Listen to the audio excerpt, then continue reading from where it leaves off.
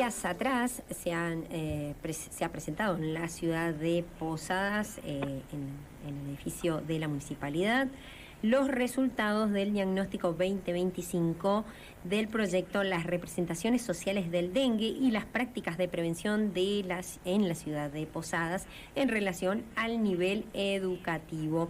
El equipo de investigación estuvo encabezado por Agustín Villarreal, investigador del IESI CONICET UNAM, además Marianela Lindner, quien también está finalizando su beca doctoral en el mismo instituto, y Natalia Amerio, del Inbiomis CONICET UNAM. Estamos precisamente en comunicación telefónica con el investigador Agustín Villarreal.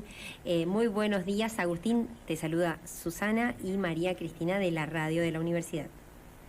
Muy buenos días, Susana y María Cristina. Buenos días en este día lluvioso. Sí. Bueno, Agustín, queríamos en primer lugar que nos cuentes este proyecto de investigación que se denomina las representaciones sociales del dengue y las prácticas de prevención en la ciudad de Posadas en relación al nivel educativo, y que nos cuentes el periodo de tiempo que estuvieron realizando este proyecto, que presentaron los primeros resultados del diagnóstico 2025, y bueno, cómo fue esa presentación también que realizaron en la municipalidad de Posadas. Bien, un poco primeramente agradecer la invitación justamente para comentar acerca del trabajo que se viene haciendo ya aproximadamente hace 2 años, ¿no? Uh-huh. Que estamos en vinculación. Si bien logramos formalizar a principios de este año un convenio de cooperación entre la Dirección de Epidemiología y Control de Vectores de la Municipalidad de Posadas, hace 2 años que venimos ya trabajando juntos con la Facultad de Humanidades, ¿no? Instituto de Estudios Sociales y Humanos del CONICET y justamente la Dirección de Epidemiología y Control de Vectores de la Municipalidad. Varias cuestiones. Primero, saludar a todo el equipo, porque si bien fuimos en esta instancia 3 investigadores que presentamos, ¿no? Profesores, investigadores, por lo general de la Casa de Estudios, ¿no? De nuestra Casa de Estudios de la Universidad Nacional de Misiones. Somos un equipo de aproximadamente 8 personas, con abogados, una artista, para pensar la problemática de la enfermedad del dengue desde múltiples dimensiones. Uh-huh. Esa es nuestra intención, sobre todo, porque justamente los epidemiólogos y biólogos, ¿no? Ya están trabajando hace más de 10 años desde la Dirección de Epidemiología y Control de Vectores acerca de un abordaje integral, ¿no? Un abordaje integral sociocomunitario epidemiológico. Uh-huh. Ahora, nuestra tarea dentro de justamente el proyecto de investigación que usted mencionó de las representaciones sociales del dengue es estudiar el aspecto social de la enfermedad del dengue, que en este punto sí no hay muchos antecedentes de trabajo. Uh-huh. Eso quería que cuentes un poquito, Agustín, también qué significan las representaciones sociales del dengue, y qué significa también aportar desde la mirada de los estudios sociales este aspecto que está faltando por ahí, y que enriquece la propuesta que se hace desde el municipio también a abordar esta problemática. Una observación que se puede hacer es que siempre se conoce la enfermedad, ¿no? Por ahí dice el biólogo Tejerina, ¿no? Que después de del ser humano, el mosquito es el animal más estudiado, ¿no? Uh-huh. Entonces se conoce, hay mucho acerca de la enfermedad, pero lo que no hay un abordaje, no se presenta un abordaje es acerca de esto, las relaciones humanas con respecto a la enfermedad. Uh-huh. Si bien hay estudios epidemiológicos, suelen tener ese aspecto biomédico, ¿no? El aspecto de las ciencias médicas. Sí. Y el tema, con respecto a las representaciones sociales, lo que se busca principalmente es poder entender qué ocurre con las prácticas de prevención, ¿no? Uh-huh. Frente a la enfermedad. Uh-huh. Puntualmente, cómo nos cuidamos, por qué no nos cuidamos, de qué manera nos cuidamos frente a la enfermedad. Estos interrogantes siempre nos llevan a buscar, ¿no?, un sentido comunitario y social. Y aquí entra en juego la política pública, ¿no?, la salud pública, uh-huh. y la educación, claramente, ¿no?, para poder ver y entender la enfermedad. Sí. Porque puntualmente acerca de la enfermedad del dengue, es una enfermedad de carácter de tipo social, no de tipo individual. Y es una enfermedad que además está hace mucho tiempo presente, ya es endémica en nuestra región y que sea claro. En los distintos gobiernos, y hace mucho tiempo se viene trabajando de distintas maneras, pero bueno, en los resultados que ustedes tuvieron, ¿qué datos les parecieron significativos, digamos, les llamaron la atención, que por ahí que surgieron de esta investigación? En primera instancia tenemos un registro con respecto al contagio, ¿no? Uh-huh. En el sentido de que observamos que si bien supera la media, supera la mitad las personas que no se han contagiado dentro de nuestro primer registro, ¿no? Uh-huh. Lo que se ha hecho el lunes es presentar un registro en los resultados diagnósticos. Entonces, desde aquí tenemos un 55% de personas que no se han contagiado, ¿no? Uh-huh. Dentro del registro que tomamos, ¿no? Nos preguntaban los epidemiólogos en este aspecto, de decir qué rango se tomó, si la persona se contagió una vez, 2 veces, cómo se confirma el contagio. Todos esos son justamente aspectos que se están estudiando, porque ¿cómo sabemos que alguien padeció la enfermedad del dengue? ¿Asistió a un centro de salud? Uh-huh. Bueno, ese es otro dato que lo estamos todavía trabajando para publicarlo próximamente. Debido a que tengo unos compromisos laborales también en México, en otras universidades,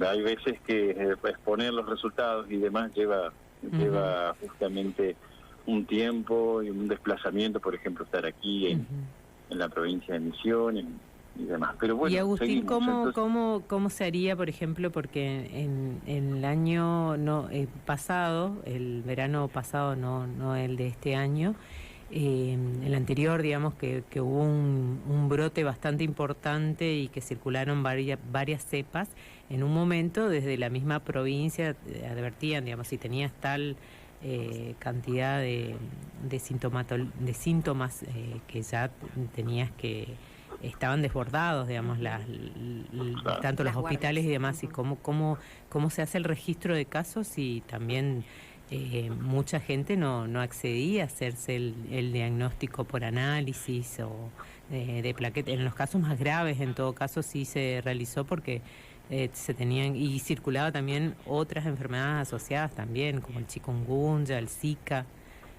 ¿Cómo se hacen para relevar tantas cuestiones, no? Digo, desde el lado de ustedes, del equipo de investigación. Sí, nosotros justamente acompañando los trabajos de la Dirección de Epidemiología, lo que hacemos es registrar al jefe o jefa de hogar a partir de la autopercepción. Por supuesto que estamos trabajando los datos en relación a los valores de la confirmación de la enfermedad, Los valores que puedo darle en ese sentido es decir que el 55% de la población no se contagió, pero sí se contagió un 44,62%, lo cual que es un número muy significativo, y esto es un registro de una autopercepción de la enfermedad, ¿sí? De decir, yo tuve porque sentí fiebre, porque sentí estos síntomas, porque tuve dolor de hueso, porque no nos presentaban los argumentos de los síntomas, ¿no? Que son datos que estamos procesando, porque son datos delicados de saber acerca de la confirmación de la enfermedad. Porque no todos asistieron a un centro de salud. Claro. Eso es un desafío también, porque, por ejemplo, muchos epidemiólogos trabajan a partir del dato confirmado, ¿no? De la persona que fue al centro de salud y tiene el certificado, ¿no? Porque en esa relación, si tenemos en cuenta el dato confirmado, el dato es mucho menor. Sí, ¿no? Eso era lo que le decía, porque, bueno, pasó, digamos, no en este verano, pero en el anterior, claro. Pasaba eso, digamos, que se vieron desbordados también desde el sistema público de salud, había muchos casos, y en muchos casos graves también, porque habían varias cepas que estuvieron circulando, y además estaban también circulando el chikungunya, que también tienen como muchos síntomas asociados, pero en algunas personas los cuadros eran mucho más severos, ¿no? Así claro, que... por eso nosotros dentro del estudio participante, sería dentro de la muestra que tomamos de jefes y jefas de familia, porque la dirección de epidemiología es un trabajo de casa por casa. Entonces tenemos nosotros un registro por casa. Hemos relevado alrededor de 350 hogares, podemos confirmar, ¿no? Tomando como un registro único por persona. Es decir, si entramos en una casa para hacer un cuestionario, no le hacemos a todos, sino a solamente un integrante del hogar. Y desde aquí fueron justamente confirmando estos valores, ¿no? Otro valor interesante que me gustaría compartirles es la idea de la vacunación, ¿no? Aquí vimos que alrededor del 70%, esto es un poco lo que tomó fuertemente la prensa el martes, no obtuvo la vacuna, no se vacunó, ¿no? Esto es un registro que justamente nos informaban si obtuvieron la vacuna un 30% de la población, ¿no? Aproximado, ¿no? En 30,8%. ¿Y entonces, la no vacunación vinculada a qué decían, digamos, las personas con las que ustedes pudieron entrevistar? ¿Por qué no accedían a la vacuna? ¿Por propia decisión o porque en un principio también estaba destinada a un público, ¿no? Cuando se comenzó con la vacunación contra el dengue. Exactamente. Por ejemplo, una de las hipótesis que maneja la OPS, ¿no? En sus escritos del año pasado, en su informe del año pasado, es que las personas no se vacunaban por un motivo socioeconómico, ¿no? La vacuna contra la enfermedad del dengue rondaba los $300 o $380. Entonces, lo que ocurría era que no había accesibilidad a la misma, pero está ocurriendo que nos informan del Ministerio de Salud Pública, ¿no? Que justamente hay lotes disponibles y la gente no solicita, ¿no? Entonces también este es un factor que se nos presentó, ¿no? Como una figura de hallazgo, de decir, bueno, ¿qué está ocurriendo también, no? Que ante la disponibilidad de la vacuna sin costo, tampoco la población está acudiendo a ponerse, ¿no? Como un método de prevención. Claro, y es ahí que podemos hacer datos estimados, ¿no? De personas que se contagiaron en relación a obtener la vacuna, ¿no? Que es mucho menor, y a personas que justamente... personas que obtuvieron la vacuna no se contagiaron en un 56,9%, siendo puntual, ¿no? Entonces hay efectividad, hay efectividad. Agustín, una pregunta en torno a este relevamiento, también esta encuesta y las prácticas preventivas. ¿Qué información tienen respecto a, bueno, qué hacen los vecinos respecto a la eliminación de los criaderos, los reservorios de agua, la fumigación? ¿Qué información pudieron relevar sobre eso? No, primero, varios datos que pudimos obtener que son interesantes para compartir es que un 98% el vecino toma prácticas toma medidas, es consciente que tiene que tomar medidas, ¿no? Ahora el gran desafío es saber no solamente qué medidas toma, ese registro lo tenemos, sino de qué forma lo hace. Eso debatimos mucho este martes a la mañana. Entonces, identificamos 5 medidas que los vecinos de la ciudad de Posadas toman. Por un lado, justamente lo que se denomina limpieza, ¿no? En un 39%, eliminación de criaderos en un 22%, después la fumigación también, ¿no? Pero en menor medida, en un 13,53%. Antes la fumigación estaba expresada en un 70%, por ejemplo. El uso de repelentes en un 13%. Y la descacharrización en un 11%. Aquí estas 5 prácticas generales, ¿no? Son muy interesantes. Por ejemplo, el término descacharrización, ¿no? Fue una campaña, una política pública de un momento de la región, de Misiones, también de Posadas, ¿no? Y ha quedado arraigado en las personas la idea de descacharrizar. Inclusive las personas nos decían, ¿no? Yo descacharrizo, o tiro el cacharro, o tiro lo que no uso. Pero bueno, en gran medida, entonces la práctica que se realiza es la limpieza, ¿no? Y seguido de la eliminación de criaderos. Ahora el gran desafío, Agustín, ¿cuánto tiene que ver también en estas medidas, o si lo mencionaron las personas con las que ustedes pudieron dialogar, cómo impactó también la cuestión económica en estas medidas de prevención, por ejemplo, con el uso del repelente, con pagar a alguien que pueda cortar el pasto, fumigar?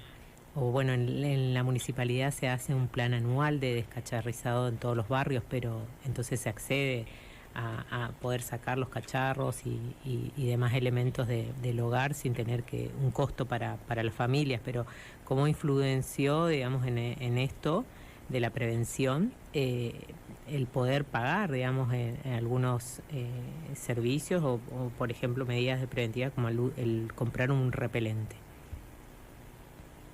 Claro. Sí, mencionaron, digamos, las personas que charlaban con ustedes. Exactamente, sí, porque ocurre de que, como usted dijo, en la municipalidad lleva adelante una tarea de control, ¿no? De control de vectores. Entonces, lo que sí identifica el vecino, lo que hemos registrado, es este control, ¿no? El control de reproducción de larvas, que es la campaña y la política pública que se está realizando actualmente, en el sentido de que se va casa por casa, se trabaja con el vecino, pero es aquí que ellos nos informan que sí hay un uso del repelente. Lo que sí, el aspecto económico es importante, es entender esto, ¿no? Que justamente antes, en las campañas antes, hablando del 2020, por ejemplo, ¿no? 2020, 2021, se repartían repelentes, se accedía, y ahora ya no. Entonces de repente también esto ha afectado a la práctica. No tenemos como, por ejemplo, como registro prioritario el uso de repelente, ¿no? Es más bajo, digamos, el porcentaje. Nos decías que es escaso, digamos. Las otras medidas que son más accesibles a las familias sí están con un nivel más alto de adhesión. Claro, también para ser más contundente, por ejemplo, compartimos en parte la filosofía o la propuesta que tiene la Dirección de Epidemiología en buscar la eliminación del criadero como método efectivo, ¿no? Uh-huh. En verdad es la eliminación del criadero de larvas, ¿no? Uh-huh. Porque si uno puede ir detrás del vector, bueno, esto después, si queda un tiempito, hablamos de representaciones sociales, uno puede ir detrás del vector del mosquito, pero sin efectividad plena, en el sentido porque ya el mosquito ya está siendo huésped de la enfermedad del dengue, ¿no? Uh-huh. Entonces, lo que hay que prevenir es justamente su reproducción,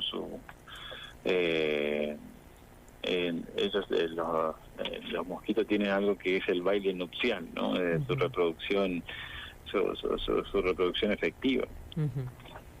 Bueno, y más que nada también con este cambio de clima también en nuestra región, que estamos como más propensos también a que se reproduzca el mosquito.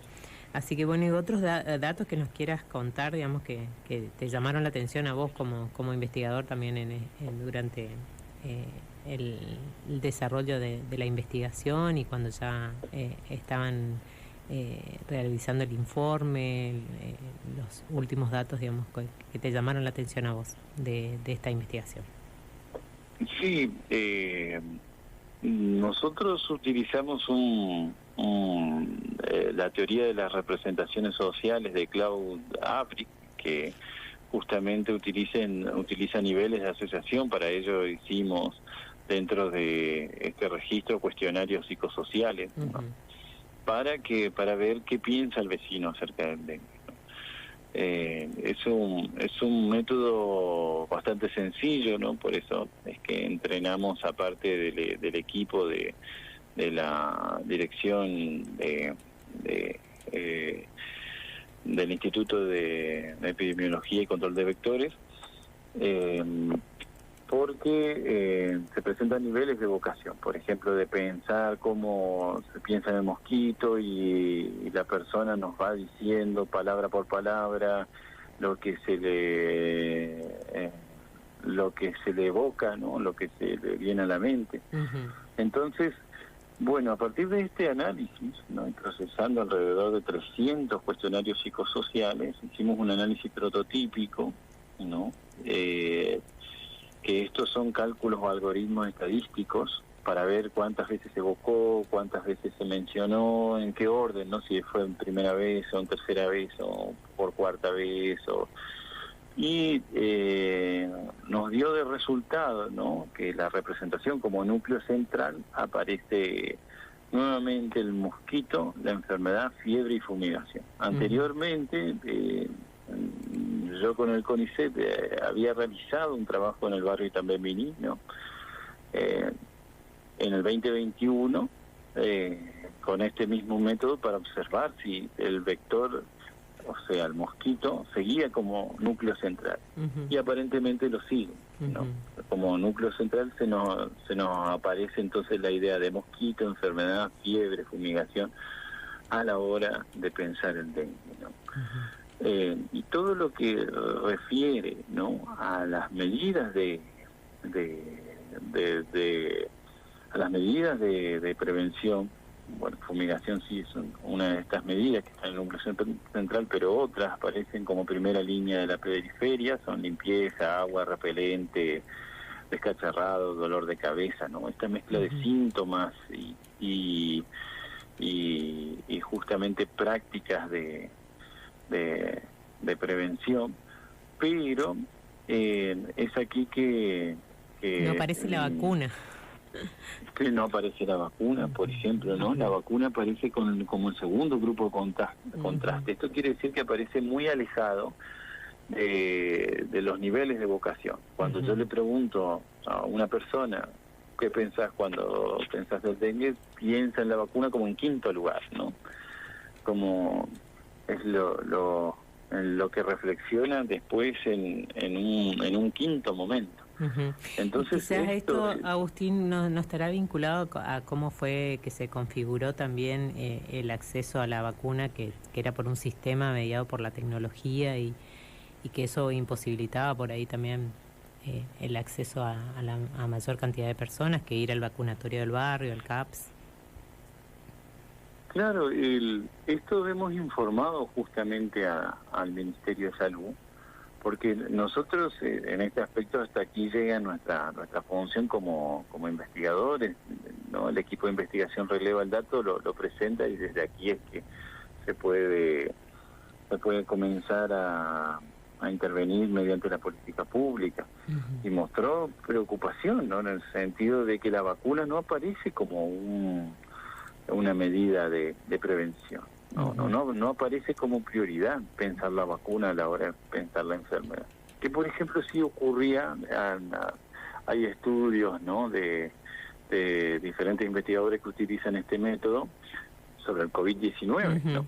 El COVID-19 sí tenía como una fuerte asociación, aparecía fuertemente asociada a la palabra vacuna en el núcleo central, ¿no?